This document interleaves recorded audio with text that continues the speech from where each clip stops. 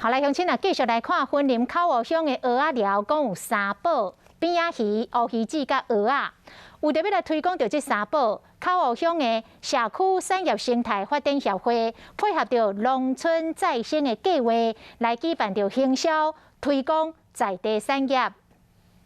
在热热的气氛中，口湖乡社区产业生态发展协会为了推广口湖乡蚵仔寮地区的扁鱼、乌鱼子、蚵仔这三宝，配合水保局、南投分局农村再生产业活化活动，举办推销活动。透过产业活化，把咱社区的蚵寮三宝，咱的蚵仔、咱的乌鱼子、咱的扁鱼，甲推广出去。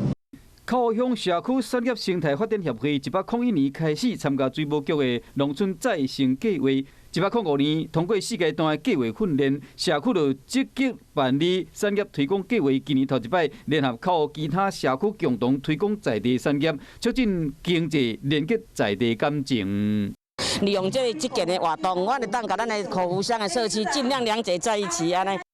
这摆活动除了有专门国小学生带来精彩的表演，更加有拔扁鱼活动，但是拿白拿联络感情，真趣味。